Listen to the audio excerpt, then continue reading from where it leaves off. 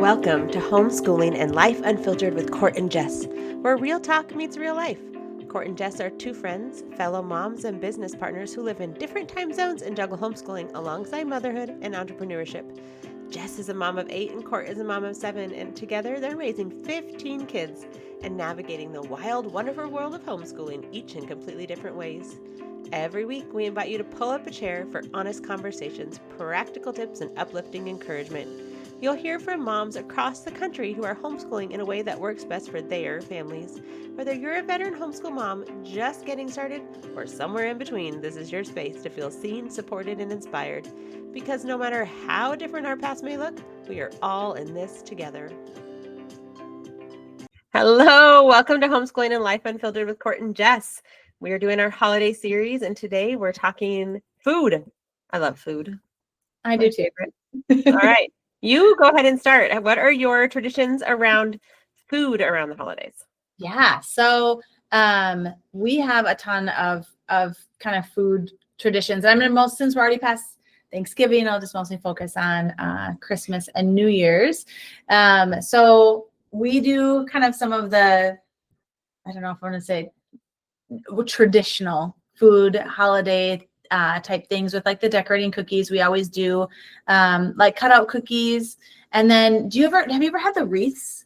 They're like, the cornflake wreaths? Yes. Yeah. Yes. I haven't made those in years. Oh my goodness. We love those. So we do those. And then we do like peanut butter blossoms and then these really good raspberry shortcake cookies, which are really, really yummy. And then when I was growing up, did you ever have the chocolate turtle waffle iron cookies? No. Yeah. So it's like a chocolate batter and you put them in the waffle iron, and we call them turtle cookies because I don't know, they kind of look like turtles. I don't know, but they're super yummy. And so we always do those. Is it like a waffle batter or is it a cookie batter that you just cook in the waffle iron? Well, it's an altered cookie batter that you cook in the waffle iron. Yes. That's so interesting. Yeah. I'll have to send you I will find the recipe and I'll post it. They're super, super yummy and super good.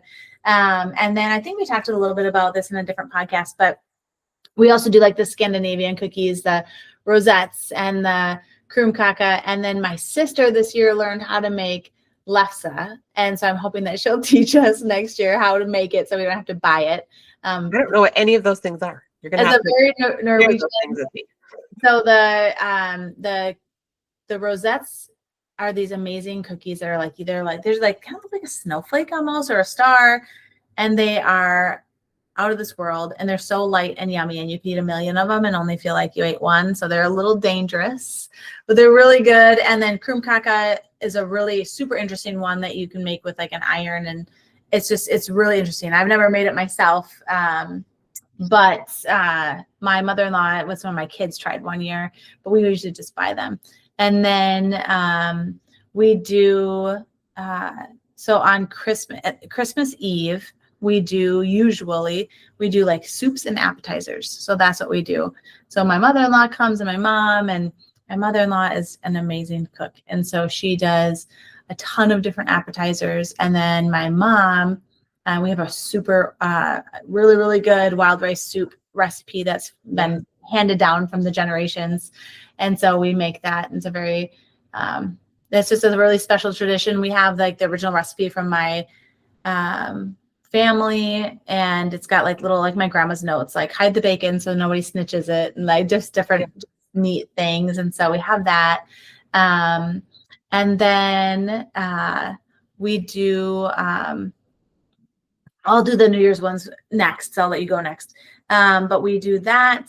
And then my father-in-law has like this, we have a lot of like little, I don't know, maybe we have this everywhere, but a lot of really good like meat shops around and things like that. So there's a bunch of ones, they all kind of have their specialty, right? Like these guys do beef sticks really well, or these guys do XYZ. Anyways, he goes to a place between our two towns to get this really good like smoked shredded beef that's really, really, really good. And it's kind of fun because the original recipe came from Wes's grandpa, and has like, it's a long story, but it landed in this meat market. So it's kind of fun. Yeah, it's super crazy. So, but it's kind of fun. So yeah, those are kind of our Christmas ones. And then we always do puppy chow. But yeah, do you guys do puppy chow down there? Yeah, like the Chex Mix with the peanut butter and it's not a Christmas thing for us, but we make it all the time. Gotcha. Yeah, so those are our pieces there. And then other food traditions, we always leave like our cookies and carrots out for Santa and the reindeer and the milk. So we've got to sneak that in there too. But yeah, and then this year we're going to take a page out of your book and do like the shepherd's dinner thing too. So, but I'll let you explain that because you've actually done it and you'll be able to explain it better than I can. So. Oh, that's fun. Okay. So I was thinking about this and I'm like, I don't think we really do very many food things. But then as you were talking, I was like, oh, wait, we do this and we do this. And so last night we did our reindeer dinner. We always do a reindeer pancake dinner where we make like big pancakes and then small pancakes and the strawberry for the nose and the chocolate chips and bacon ears. So we did that last night. So that's always one. And we normally attach it to like a Christmas movie or something like that. But so we did reindeer pancakes last night.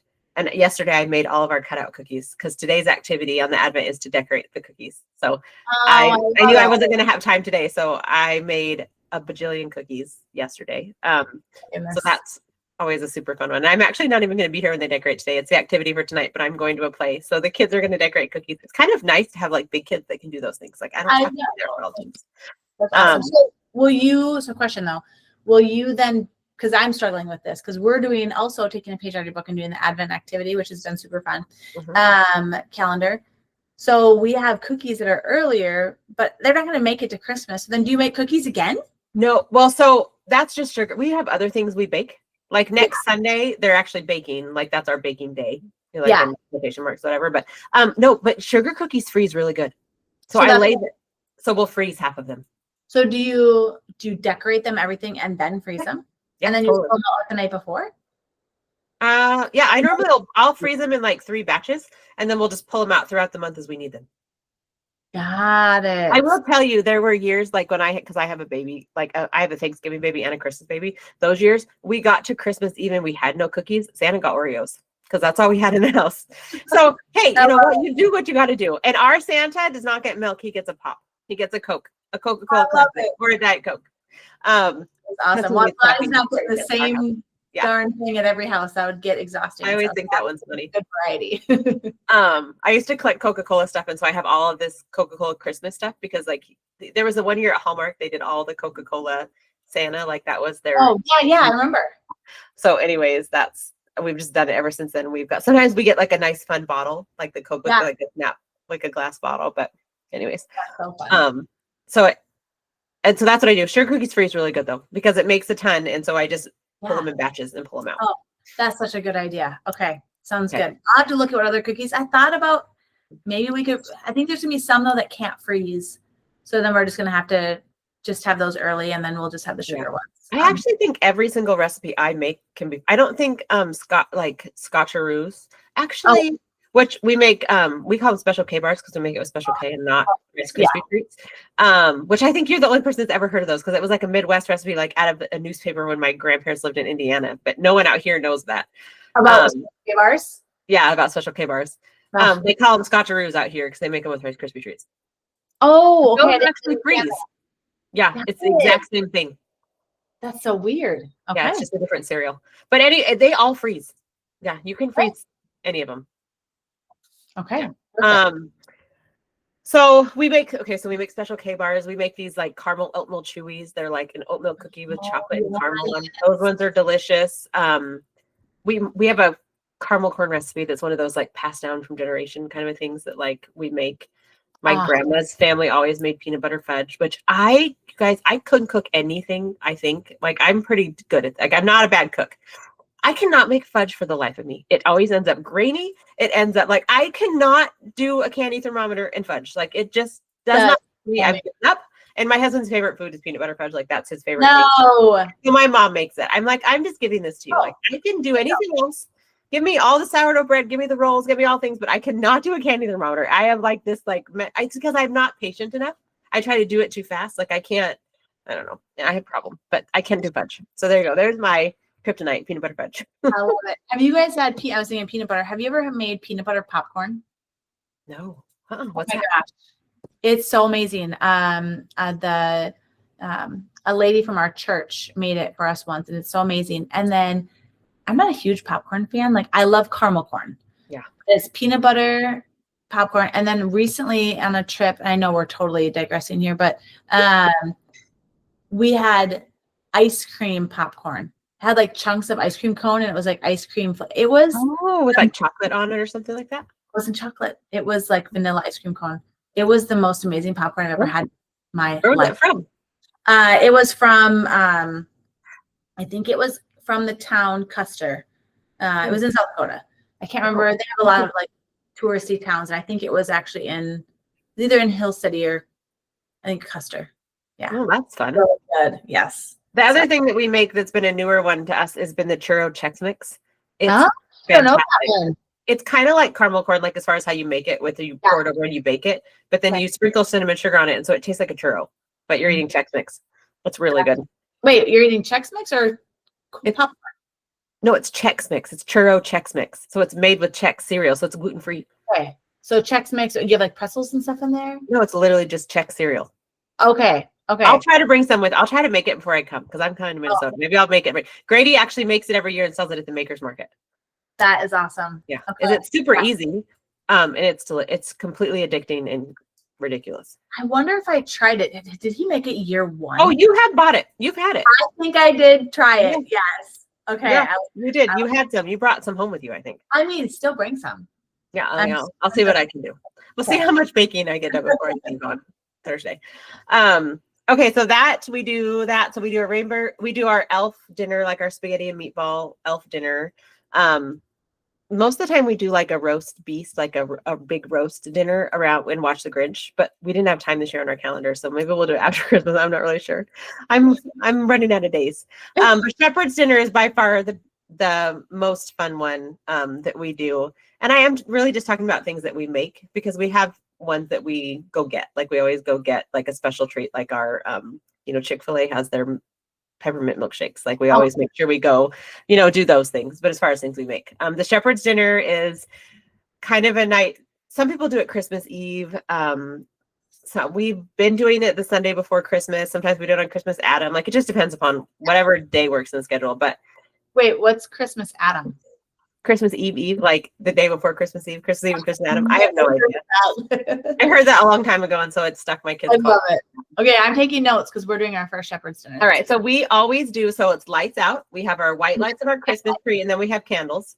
And normally I do like battery operated candles, and we'll have some like real candles, but the real candles get kind of hot and bright. Real candles are very bright. I have a ring that has like all the names of Jesus around it, like one of those big rings, and it has like 24 candles. It is like a forest fire. It's so bright. We actually light every other candle on Christmas because it's too bright. It's like it's so intense. Anyways, so we make potato soup, just simple potato soup. I always make homemade bread, and I normally make bread, not rolls, just so that it's more authentic. This is not authentic at all, but and then we do like little bowls of nuts and cheeses and some fruit, like some cut up apples, maybe some oranges, just kind of like things that you might eat when you're in the middle of a field. I have no idea. You know what I mean? This is very not authentic. It's just our version of a shepherd's dinner. So we might have some rolled meat, lunch meats, some cut up cheeses, nuts. I think that's pretty much it. I love it. So very simple, just kind of rustic. Normally we get out like the fancier dishes, like that's not obviously shepherdy, but like then we have like these really pretty goblets that we literally only use for things like this. You just burst my bubble because I had you guys all pictured like eating on a terry cloth on the floor. Okay, we have done that like on the ground, but soup is too messy to eat on the ground. I did that once and I was like, I'm not doing this again. Okay. And granted, I probably could do it now because my kids are older, but at the time when I tried it, they were littler, and we laid a blanket and we did it picnic style, and I was like, oh, this is the stupidest thing I've ever done. I'm not doing this again. So now we've moved it to the table, and so we make it a little bit fancy shepherd. I have no idea. And then sometimes we'll act out the nativity. Like we have costumes like that they're just literally scraps from my fabric thing that we tie around ourselves to look shepherdy. And we'll read the Christmas story. I have this really great book. Shocker. I have a book that's it's something about like we believe in Christmas, and it talks about the Santa, and then it relates it to like the Christmas story, and then Santa and the Christmas story, and like it goes back and forth every page. And it's really sweet. So we sometimes we'll read that, and I don't know. It's super fun. My kids love it, and we've been doing it for years, and it's a nice way to like recenter around, the reason for the season, because sometimes we get caught up in the, Christmas craziness, right? I love it. Yeah, no, for sure. So I think that's it. As far as we do like an Italian food on Christmas Eve, we do like lasagna and like we always do Italian food on Christmas Eve. Christmas morning, I always make homemade cinnamon rolls, and we have like an egg casserole that we make with fruit. The egg casserole, fruit, like not fruit with egg casserole, that's gross, but like a fruit, like a fruit, like tons of kinds of. My in-laws bring the fruit, so they bring like 8 different kinds of fruit, like a fruit dip. Like they're in charge of fruit. They do fruit really well. And awesome. I do the cinnamon rolls and the egg casserole, and then that's, I think it. I'm trying to think of any other things, but I think that's about it. Rest of the stuff are things that we might go do and like go get that are like specialty things. Like there's a cookie place around here that makes a really good Christmas cookie that we'll go get for fun one day. But yeah, I love it. Do you have any New Year's food traditions? We do appetizers, like how you said on Christmas Eve. We do appetizers on New Year's Eve, and so everybody picks an appetizer or two, and we just have an entire ridiculous table full of appetizers, and we all feel so gross the next day because we eat so much junk. And then whatever Christmas cookies and all the desserts we have left over, I'll pull out. I love it. We do like the sparkling. Do you do like the sparkling grape juice or anything to the countdown? Or and we do the sparkling cider at. My favorite is the cranberry apple. That one's my favorite. It's really good. Ooh, we've never had that one. Oh yeah, it's my favorite. So I try to find that one. Martinelli's makes it, but so does Welch. Like they all make them, but cran apple, it's my favorite. So yeah, we do that sometimes we do it at 10 because New York, New Year's, it counts. Yeah. No, we always do it at midnight. Like I'm really straight. Even when the kids were little, I never did the fake like. Oh really? Oh yeah, I always did. I milked that for as long as I could. I love that. I love it. I don't know why. But we've there were years we were waking kids up like, oh, it's midnight, like pulling them out of bed, and so. We always did that. But we do, any other food things for New Year's? I don't think so. That's about it. So for New Year's Day, we have some really cool traditions. My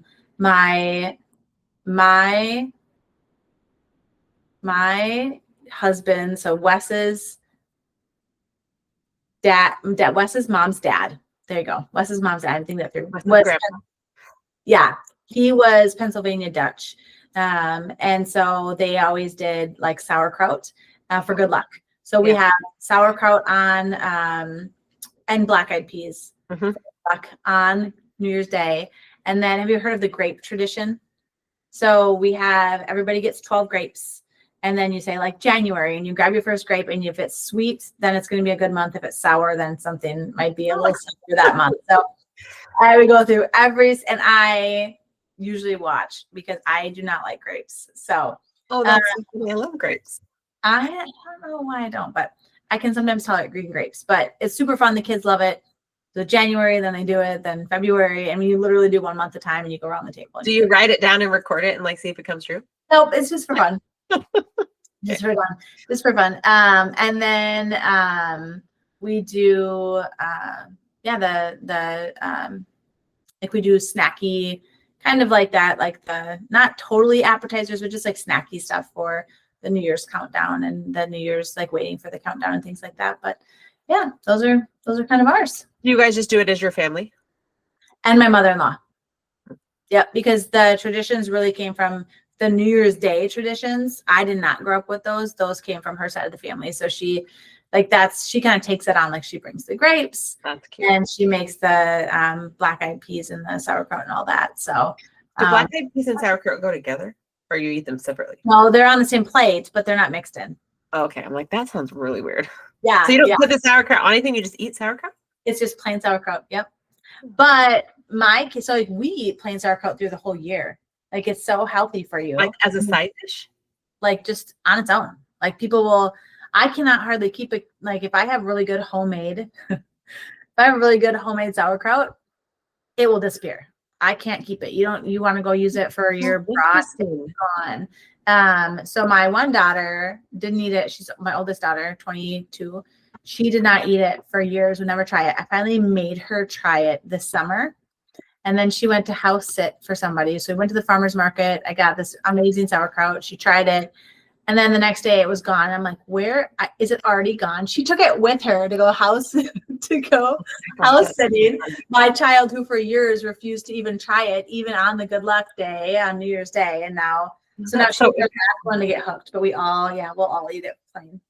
Oh, I've never tried it. I mean, I eat it on things, but I've never tried it. So and it's so good for you. It's so good for you. I've never had real homemade sauerkraut either. I've only ever had it from a can. Yeah, no. Or from the jar, Yep. No, it's super. All these things that I haven't tried.